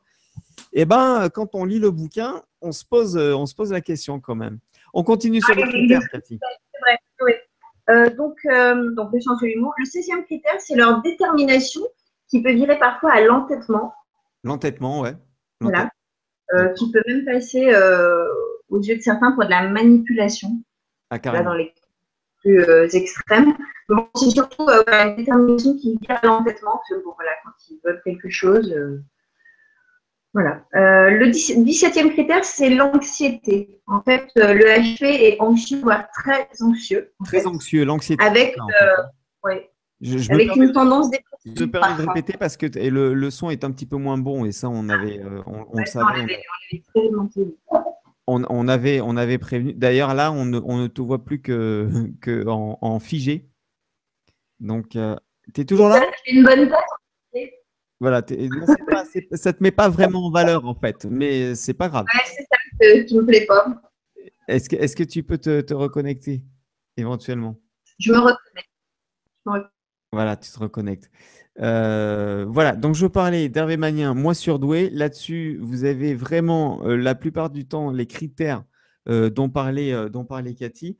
Moi, j'ai sélectionné des choses. Par exemple, la curiosité est extrêmement présente chez les surdoués.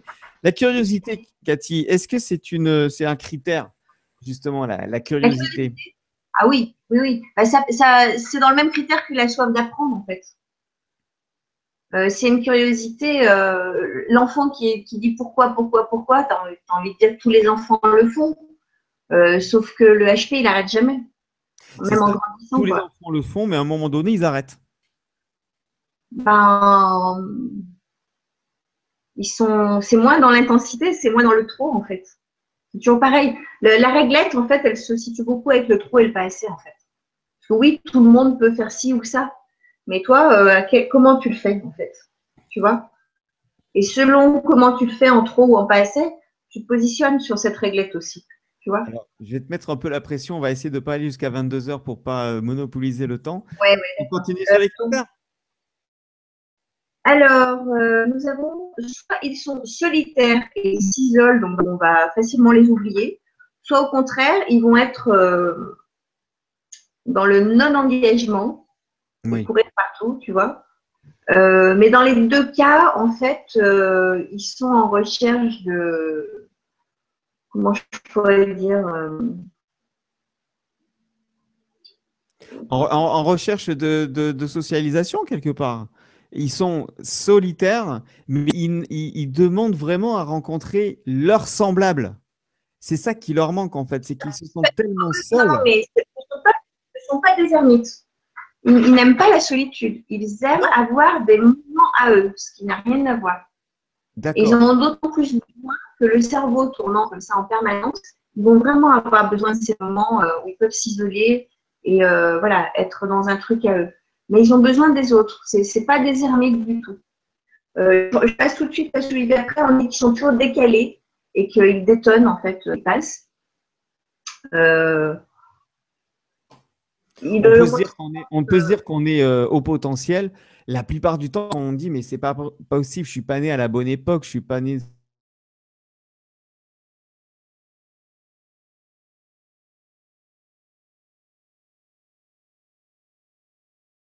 la même est planète. plus utilisé en fait par les HP.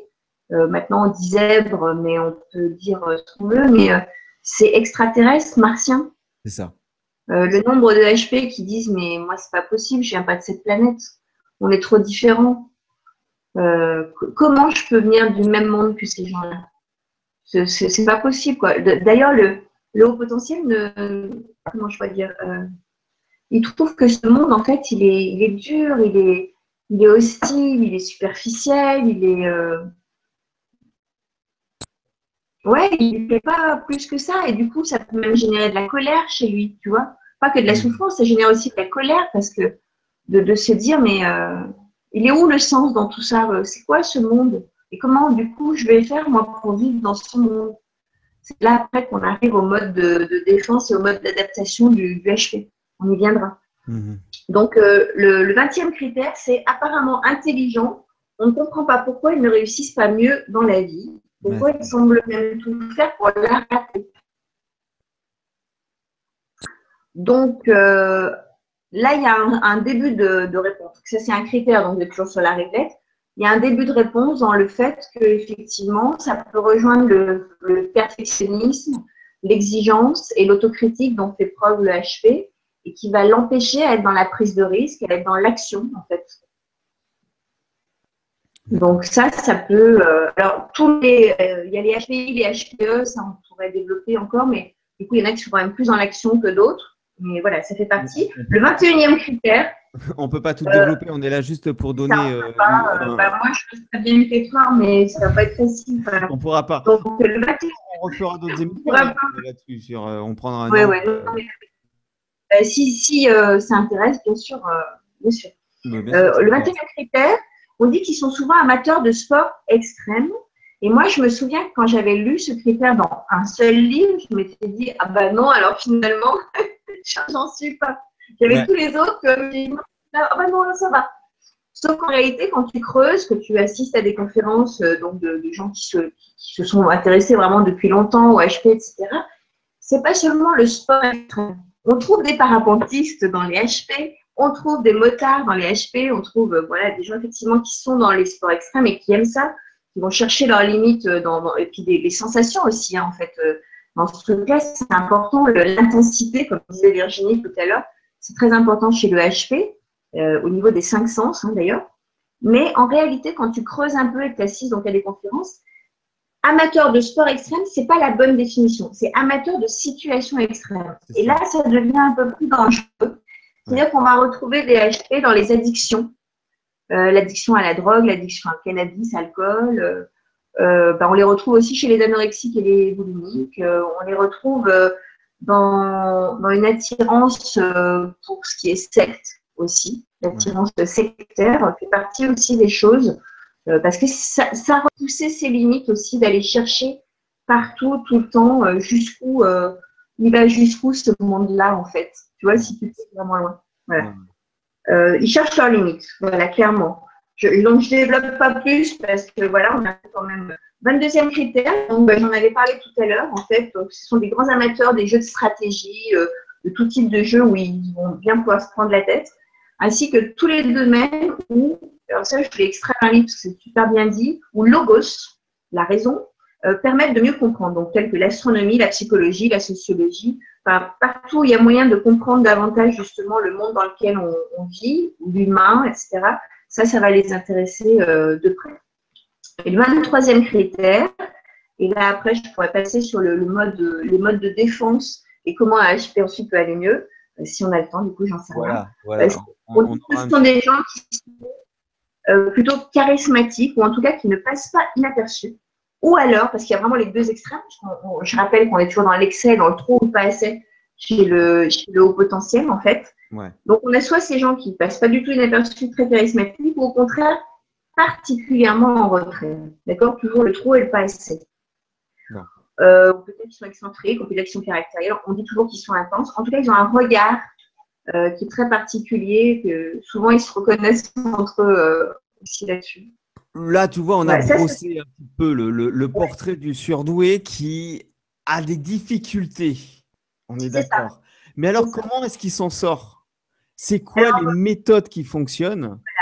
Alors, les modes d'adaptation en fait, que le HP va développer.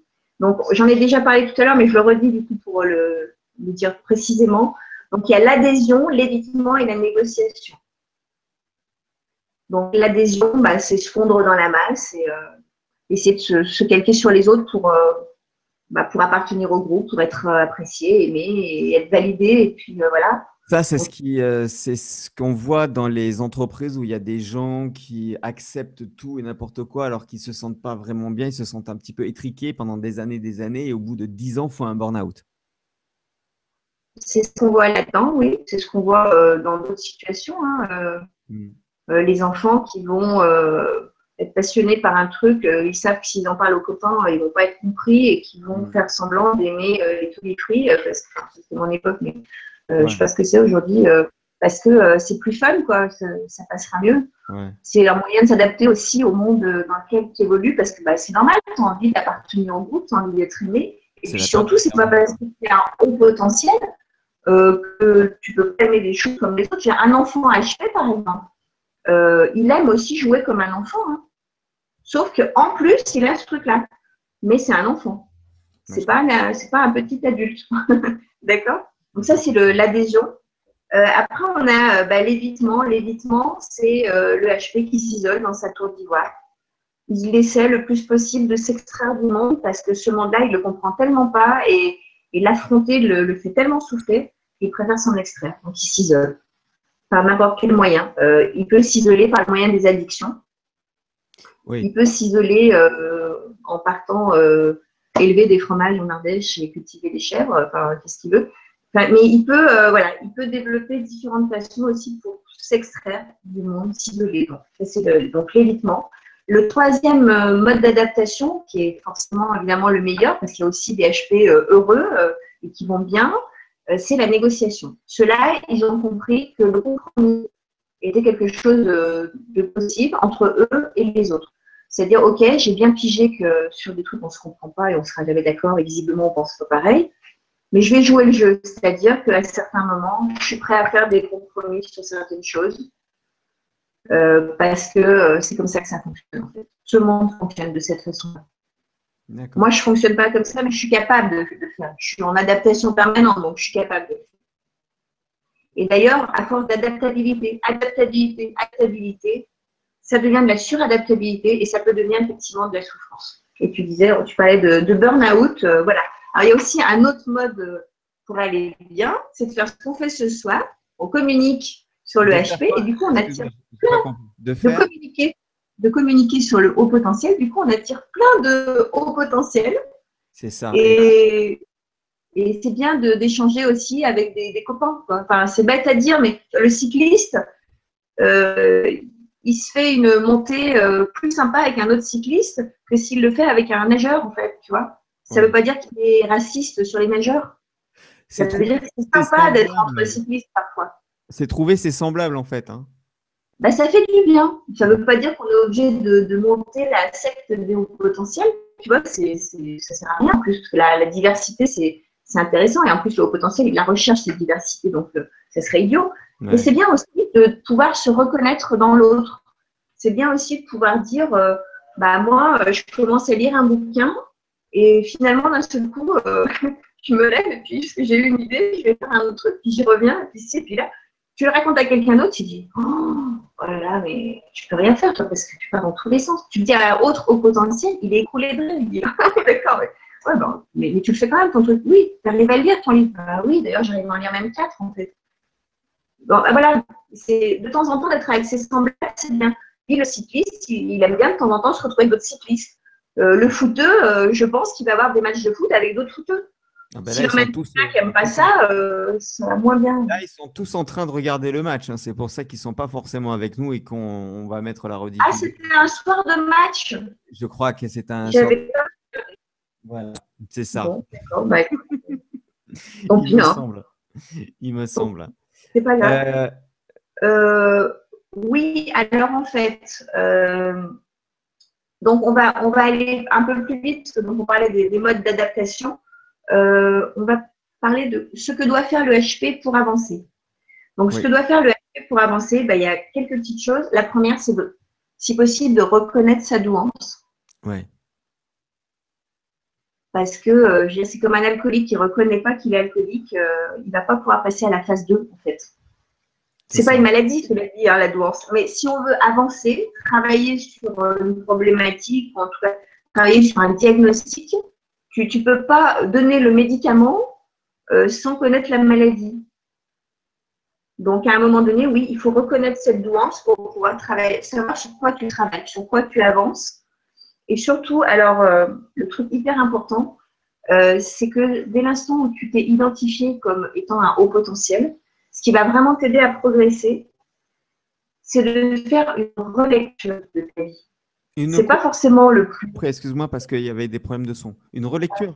Une relecture. C'est-à-dire qu'au moment où tu découvres que tu es HP, moi j'ai découvert, j'avais pas tout à fait 40 ans, enfin, j'avais des suspicions, mais là vraiment, j'ai posé le truc. Tu fais une relecture de ta vie. Donc, comment je me suis comportée dans la famille, dans les relations, comment je me suis comportée au travail, comment ça s'est passé à l'école, comment ça s'est passé. Tu fais une relecture, tu fais un retour rapide et tu vois, et tu fais le lien avec cette douance, avec les fameux critères de la douance. Ouais. Ça te permet, d'une certaine façon aussi, d'être moins dans l'autocritique, justement, d'être moins dans le jugement sur toi-même, parce que tu as pourquoi tu t'es comporté comme ça, pourquoi tu te poses ces questions-là, pourquoi éventuellement tu as échoué certaines choses, pourquoi tu t'es planqué au lieu d'affronter certaines choses, etc. Ouais, et là, c'est la méditation qui peut aider justement avec la visualisation et l'imagerie mentale. Ça, moi, c'est ce que j'ai appris le plus. La méditation, je fais que de la méditation guidée pour le moment. Je ne sais pas faire de la méditation si je n'ai pas un CD avec une voix qui me parle. Ouais. J'ai tendance effectivement à partir, sinon pas là où j'ai envie. Bon, après, mais ça marche quand même une fois que c'est guidé, par contre. Mais après, le fait que tu partes à côté, ça sera un sujet, la méditation, mais après que tu partes à côté, ça fait partie aussi de l'état méditatif parce que le but du jeu, c'est pas de te détendre, c'est d'être conscient de tout ce qui se passe. Oui, c'est C'est ça. pour ça que ça fait du bien au potentiel, justement, parce qu'ils ne sont pas forcément conscients de tout leur mécanisme. Et de faire cette relecture, ça permet aussi de faire quelque chose. Il va falloir faire quelque chose de très important. Il va falloir affronter, en fait, ce qu'on appelle notre armure. Ouais. Ce que certaines psy, comme, comment elle s'appelle, Jeanne Sio, je ne sais jamais si on dit Jeanne Sio Fachin ou Dan Jeanne Sio, Sio Faquin. Dan Sio Fachin, Voilà. Elle et d'autres, on appelle ça le faux self, l'armure. ouais. Oui, oui. On se construit une Voilà, fausse identité pour être accepté. Et c'est quand, ça. à ce Et à moment-là, un moment donné, voilà, c'est ça. Il va falloir affronter cette armure. Parce que si on a une armure, ça veut dire qu'on a quelque chose à protéger. Si on a eu une armure, ça veut dire qu'on avait quelque chose à protéger. Si on l'a toujours, il faut se poser la question de qu'est-ce qu'on protège encore. Donc ça, c'est vraiment une question fondamentale si on veut avancer sur cette douance, en fait. Et avancer de façon, j'ai envie de dire, harmonieuse et heureuse, il va falloir affronter absolument cette armure. Je regarde l'heure, oui. Il va falloir mesurer aussi sa dépendance à l'approbation. ouais. Parce que le HP, qui a été terriblement en adaptation et voire suradaptation, recherche énormément donc l'approbation. Est-ce que ce que je fais, ça colle, tu vois? Il faut mesurer cette dépendance pour savoir comment on va réussir à s'en détacher aussi. Tu vois ce que je veux dire? Ouais, tout à fait. Tout à Ok. fait. Et donc, ça, j'en avais parlé tout à l'heure. Il faut prendre conscience de sa peur du risque, en fait. Parce que il y a effectivement beaucoup de HP qui ne passent pas à l'action parce qu'ils ont peur d'échouer, Oui, parce que ça ne colle pas à leur système de valeurs, ou parce que voilà. Donc en fait, on revient à ces fameux trois critères dont je parlais tout à l'heure. C'est que pour qu'un HP réussisse à progresser, à être heureux, il va vraiment falloir qu'il trouve d'abord un terrain de jeu, j'ai envie de te dire, un terrain dans lequel il se sent bien, il peut s'épanouir. Donc il faut qu'il trouve quelque chose qui a du sens pour lui.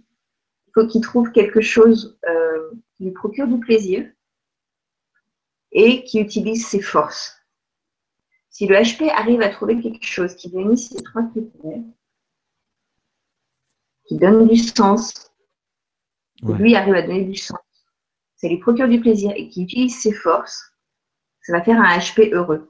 Alors, on ne dit pas que le HP sera forcément heureux, va réussir forcément sa vie professionnelle, etc. En tout cas, il sera heureux dans sa vie. D'accord. C'est important. De réussir sa vie professionnelle, c'est encore un autre sujet. Ouais, Mais ça pourra faire un HP heureux. Et ça, c'est important. On va bientôt finir ce Oui, non, webinaire. Est-ce que tu as est-ce encore qu'il des choses à ouais, rajouter? non, parce que j'aurais encore beaucoup de choses à dire parce que je voulais parler de l'anxiété et de dire que voilà, c'est un terrain sur lequel il fallait être très vigilant. Vigilant? Oui, très vigilant parce que c'est un critère sur lequel voilà, il faut faire attention de ne pas basculer sur le côté dépressif. Donc, D'accord. c'est important de rester vigilant là-dessus, mais soi-même, parce que les autres le sont pas forcément, parce que sinon on risque d'être diagnostiqué sans tenir compte du fait qu'on est au potentiel, et donc Ouais. de diagnostiquer uniquement sur les symptômes. Ouais. Donc faire très attention à ça. Est-ce que tu as des questions? Parce que du coup, ouais. Je regarde si j'ai des questions parce que je découvre en même temps, en même temps que toi comment ça fonctionne. J'ai pas l'impression. Si j'avais une question tout à l'heure que je n'ai plus. Non, non, pas du tout. Non, non, c'était Virginie qui nous disait qu'elle allait nous communiquer les prochains stages. Est-ce que vous avez des questions? Est-ce qu'on a fait le tour du sujet? Puisqu'il est 22 heures bientôt, on va bientôt se quitter. Donc, si vous n'avez pas des questions, bah, écoutez, on vous donne rendez-vous pour un prochain webinaire. Je pense qu'on va parler de comment mener un sujet de A à Z sans s'embrouiller. Non, non, non, mais Non, je plaisante, je plaisante. pour ceux qui le souhaitent, sur la page de l'événement, On leur notera la liste des livres, le nom des tests pour ceux qui voudraient éventuellement faire passer des tests depuis. Le site qui réunit la liste des psys qui sont spécialisés dans l'accompagnement de haut potentiel, parce que n'allez pas voir n'importe quel psy si vous voulez vous faire accompagner. Ceux qui ne maîtrisent pas les HP, ils ne vont pas vous accompagner convenablement, ce n'est pas la peine. Valider que ce soit quelqu'un qui connaît ce sujet-là en particulier si vous voulez vous faire accompagner. Donc voilà, il y a toute une liste d'associations, de livres, de sites, où vous avez des réponses, ou en tout cas des accompagnements ou des aides. Voilà. D'accord. Des éclaircissements. Très, très rapidement, je pense qu'il y a une question qui revient souvent, c'est quoi le premier signe qu'éventuellement je peux peut-être être un haut potentiel? S'il y avait On vraiment parle de une chose à retenir, ce serait quoi? De toute façon, on parle de l'adulte au potentiel, déjà, Ouais, on est OK. ouais. S'il y avait vraiment un critère, moi je pense que c'est par rapport, parce que les quatre formes d'intelligence, c'est-à-dire l'intelligence cognitive, l'intelligence émotionnelle, toutes ces formes d'intelligence que le HP développe en même temps, je pense qu'en termes d'émotion et donc d'hypersensibilité, le HP a une hypersensibilité extrêmement développée.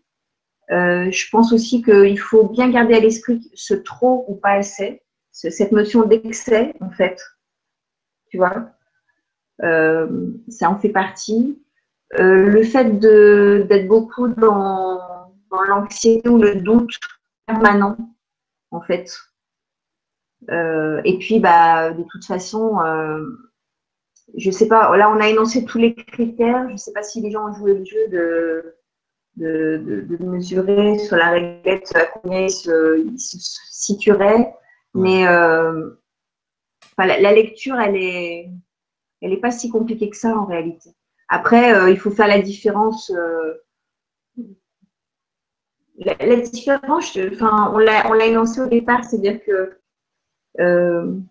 un HP sur 25 critères, a priori, il en a au moins une vingtaine. Ouais, c'est ça. Ouais. Tu vois, alors le HP pense, même moi, des fois, j'arrive encore à me dire, ouais, les autres aussi, en fait. Ouais. Même moi, j'arrive encore à me dire ça. Moi, Cathy, Alors que non. je m'inquiète vraiment parce que j'en ai compté pas mal déjà dans tout ce que tu as donné. Je vais donner rapidement les livres. Une maladie. Non, oui, je sais bien, oui, mais quand même, c'est pas tous les jours facile. Vous avez donc Moi surdoué, et je vais faire mon Bernard Pivot, hein, Moi surdoué Moi, d'Hervé Magnin. Tu as des livres Vas-y, aussi devant toi? Moi, j'ai vas-y. Moi surdoué d'Hervé Magnin que j'ai vraiment dévoré et sur la plage en plus, donc c'est plutôt assez facile à lire.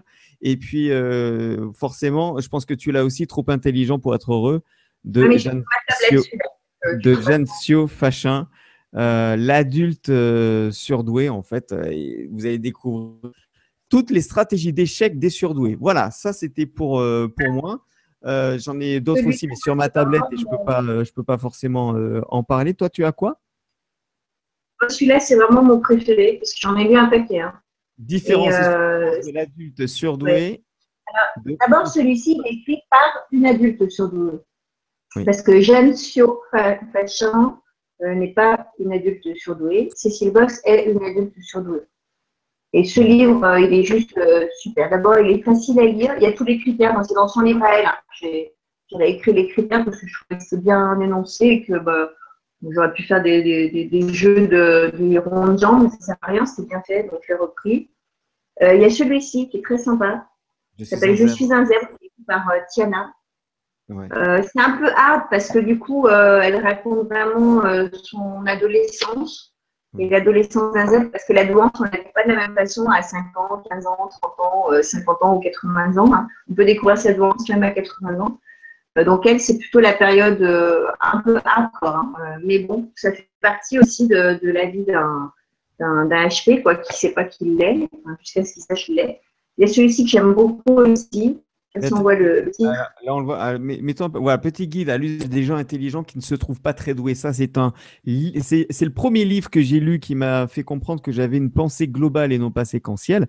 Et pourtant, j'ai travaillé le côté séquentiel parce que j'ai fait de la radio, parce que j'ai fait un peu de journalisme, parce que j'ai vraiment baigné dans le côté, il faut être carré, faut aller à l'essentiel. Ça a été un enfer au départ pour moi, mais ça m'aide maintenant, c'est sûr. Mais en tout cas, la pensée globale, c'est dans ce livre de Béatrice Millettre que je l'ai découvert. Donc, c'est un très bon choix, je trouve. C'est un très bon livre. Alors, celui-là, il est rigolo, mais il est tout petit. En plus, il s'appelle Comment je suis devenue stupide. Ah oui, Martin Page, comment je suis Ah, devenu stupide? voilà. Ça, c'est l'histoire d'un surdoué qui décide de pas du tout se servir de tout son potentiel, c'est ça?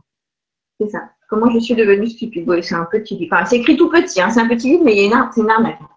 C'est écrit minuscule. En fait, il est beaucoup plus gros qu'il en a l'air, celui. Oui, Et d'accord. il y a celui-ci qui s'appelle Moi surdouée révoltée aussi. Je ne les ai pas Moi, tous amenés, hein, mais sûr de révolter, moi, d'accord. alors D'Abel celui-ci, en Abelson, fait, moi surdoué, révolté. Ok. il déborde un peu du sujet du surdoué. Mais par contre, il parle vraiment, le gars qui l'a écrit, il parle vraiment avec ses tripes. Et du coup, si on veut avoir plus de détails justement sur le ressenti, sur l'émotionnel, il est super fort. Voilà. Après, c'est vrai qu'il a tendance à déborder parce qu'il raconte sa vie, parce que voilà, Bien sûr, il bien ne sûr. parle pas que du fait qu'il est surdoué. Mais ouais, il est bien aussi. Voilà. Et moi, je voulais vous faire écouter une chanson qui s'appelle Je suis un zèbre. C'est une parodie de Zazie. Et c'est un zèbre, hein. Enfin, c'est une jeune fille au potentiel émotionnel qui a écrit cette chanson. Je la posterai sur One Chronic Show, sur la page de One Chronic Show, sur ma page Facebook One Chronic Show directement, parce que c'est vraiment résumer le calvaire et en même temps les caractéristiques d'une surdouée dans une chanson qui dure 3 minutes, 3 minutes 50. Donc là, vous avez le résumé de tout ce webinaire en 3 minutes 50, sans aller vraiment dans l'approfondissement, puisque toi, tu es allé très très loin, puisque toi, quand tu parles d'un sujet, c'est ça, le zèbre, il creuse, il creuse, il creuse, il creuse, et puis il n'y a plus le temps après. C'est bien ça le truc, mais je posterai cette… Non, mais nous, on pourra refaire un webinaire. Bah, si les gens ont envie qu'on fasse quelque chose et qu'on approfondisse sur un domaine bien particulier Ouais, sur le haut potentiel, bah, qu'il l'exprime et puis on fera en sorte d'organiser ça. Il n'y a pas de souci. ouais, c'est ça. Je pense que… Mais en tout cas, voilà, ce qu'il faut retenir, c'est que quand on est enfant au potentiel, d'abord, on reste donc au potentiel toute sa vie, Ouais, que ça n'est pas une maladie, que ça peut créer des handicaps, notamment relationnels, mais que c'est avant tout le haut potentiel quand même qui est quelqu'un qui est multitalent, polyvalent, multipotentiel en fait. Et donc s'il finit par accepter qui il est, s'il finit par se pardonner ses fameux excès, qui peut arriver en fait à avoir une vie extrêmement heureuse et harmonieuse, et bah, il aura encore certainement des vagues, hein, mais il les gérera autrement, il les gérera mieux. Il y a une possibilité, voilà, donc d'être heureux en étant au potentiel. Mais la première chose à faire, c'est d'assumer qui on est, quoi. Une espèce de coming out à rayures. c'est ça. C'est bien dit. Je vais finir par ce témoignage de Vénica qui m'a envoyé un mail tout à l'heure. Mon premier frère est surdoué, mais n'a pas les problèmes de relations sociales qu'ont certains surdoués. Il est bien adapté à la société. Cependant, il ne supporte pas que les gens ont du mal à comprendre ce que lui comprend assez aisément. Je pense que tout est résumé là-dedans. Mais ça, oui, ça fait partie du perfectionnisme. C'est-à-dire qu'à un moment donné, si l'autre ne comprend pas, ça t'énerve, ça peut t'agacer. C'est comme quelqu'un qui te raconte une histoire et tu as envie de lui dire, mais viens-en au fait. C'est ça. Ne tourne pas autour du pot. C'est ça. Tu vois, C'est- tu ne c'est- peux pas mordre tout le monde, quoi. Mais c'est ouais. ça, ouais, ouais. Bon, eh ben, En tout écoute, cas, merci. voilà, j'espère surtout avoir donné des éclaircissements. J'espère surtout voilà, que ça aura pu aider certaines personnes, soit sur eux-mêmes, soit sur des personnes de leur entourage. Si ça leur a amené d'autres questions, bah, qu'ils n'hésitent pas à me les poser sur la page de l'événement ou sur la page de Lionel de One Chronic Show. Et ben, je me ferai un plaisir de leur répondre. Et là, on est en train de préparer une conférence, pas en ligne, une conférence en direct live dans la région de Lyon et peut-être d'autres choses, mais il n'y a rien de définitif, donc j'en parlerai plus tard. Sur Facebook. Moi, c'est sur Facebook que ça se passe. Un peu sur Twitter, mais essentiellement sur Facebook. Voilà, en tout cas, on sera à l'affût pour voir la prochaine info de Cathy, mon chéri, qui était avec moi pour parler de douance, de zèbre, de surdoué, de haut potentiel et aussi pas d'être exceptionnel, mais d'être un petit peu pas différent non plus, mais qui ont une façon de penser différente et que cette façon de penser différente crée à la fois des problèmes et en même temps des très très belles créativités parce qu'il y a énormément de créatifs aussi chez les surdoués. On n'a pas beaucoup parlé de ça. Mais c'est vrai qu'il y a énormément de… Non, j'en ai pas parlé parce que pour moi, c'était une évidence et c'est donc une erreur de ne pas en avoir beaucoup parlé. C'est vrai. Et alors, par contre, je voudrais terminer sur un truc. C'est Cécile Boss qui le dit dans son livre, en fait, au tout début de son livre. Elle dit que son fils a trouvé une très jolie formule pour un très joli nom, en fait, surdoué, parce que surdoué, c'est pas très beau. Il dit que ce serait plutôt absurdoué. Absurdoué. Et je trouve que absurdoué, ça correspond vraiment bien. Parce que oui, il y a des talents, mais c'est vraiment absurde comme situation parce que on est souvent voilà, entre deux eaux, puisqu'on on oscille en permanence entre le trop et le pas assez. Et en plus, il faut s'adapter au monde. Donc, absurdoué, je trouve que c'est un joli mot qui définit assez bien les hauts potentiels. Eh ben, c'est le mot de la fin. Merci beaucoup, Cathy. À bientôt. Merci à toi, Lionel. Prochain webinaire. Merci d'avoir. Merci à vous d'avoir été si patient pour en savoir un peu plus. À bientôt pour un prochain webinaire. Et puis, n'oubliez pas que si vous arrivez à l'instant, c'est rediffusé. Ça sera disponible très prochainement. Soyez à l'affût des Facebook différents de Cathy ou du mien. Je vous embrasse. Et puis, à très vite pour un nouveau webinaire. Bonne soirée ou alors bon matin ou alors bonne matinée. Ça dépend à quel fuseau horaire vous êtes. Salut, ciao, ciao.